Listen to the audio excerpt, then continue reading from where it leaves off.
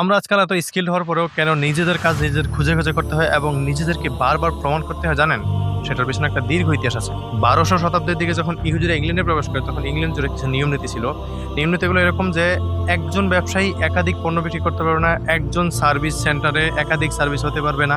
তো এরকম প্রায় সকল ব্যবসায় ছিল। মনে করেন একজন টেন্ডার, সে তার একটা প্রজেক্ট কমপ্লিট হওয়ার পরে সে সরকারের কাছে আবার আবেদন করতে হতো না যে আমার আরো প্রজেক্ট প্রয়োজন। সরকারি কোনো প্রজেক্ট শেষ হলে অটোমেটিক তার কাছে সেটা চলে আসতো।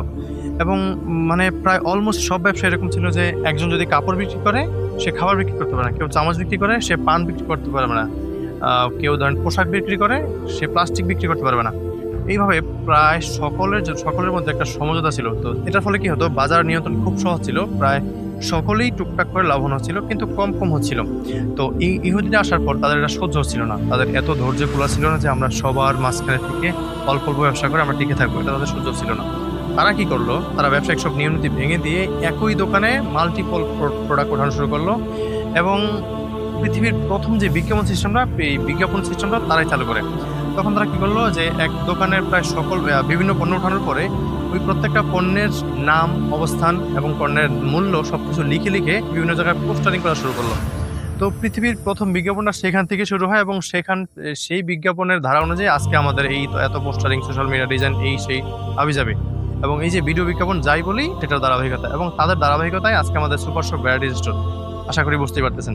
এবং তারা এটাতেই থেমে যায়নি, তারা তাদের ব্যবসায় টিকে থাকার জন্য দেশের বিভিন্ন সম্পদশালী ব্যক্তিকে তারা হাত করা শুরু করলো, যাতে তাদের বিপদের সময় ব্যবসা কন্টিনিউ করা যায় এবং অর্থ সাহায্য পাওয়া যায়, যেটার সূচনা আজকে আমাদের ঋণ সহায়তা, বুঝতে পারতেছেন, সুদভিত্তিক ঋণ সহায়তা, সেটাও সেখান থেকেই। তো এইভাবে দীর্ঘদিন চলার পরে একসময় পুরো ইংল্যান্ড জুড়ে হইচই শুরু হয়। তো পুরো ইংল্যান্ড থেকে ১২৯০ সালের দিকেই তাদেরকে নির্বাসিত করা হয়। তো নির্বাচন করার পরে আপনার এই সিস্টেম তো ভেঙে ফেলে তারা। এই সিস্টেম যেই সিস্টেম ভেঙে ফেলছে, এই সিস্টেম আর ঠিক হয়নি। সিস্টেমটা এরকম হয়ে গেছিল যে তখন আপনার নতুন করে কোনো স্কিলফুল মানুষ, কোনো ব্যবসায়ী এসে দাঁড়াতে হলে তাকে প্রমাণ করতে হতো এবং তাকে সরকারিভাবে এই যে আপনার কাগজপত্র, এই সেই অনেক কিছু করতে হতো। এইভাবেই আজকের আমরা স্কিলফুল হয়েও আমরা বারবার প্রমাণ করতে হয় যে আমি এটা পারি, আমাকে দেন, আমি এটা পারি, আমাকে দেন, আমি সেটা পারি, সেটা আমাকে দেন। তারপরও সরকার তারপরও আমরা কাজ পাই না, কারণ আমাদের সেই যে মন মানসিকতা, ব্যবসায়িক রীতিনীতি সেভাবেই চলে আসতেছে আজকে পর্যন্ত।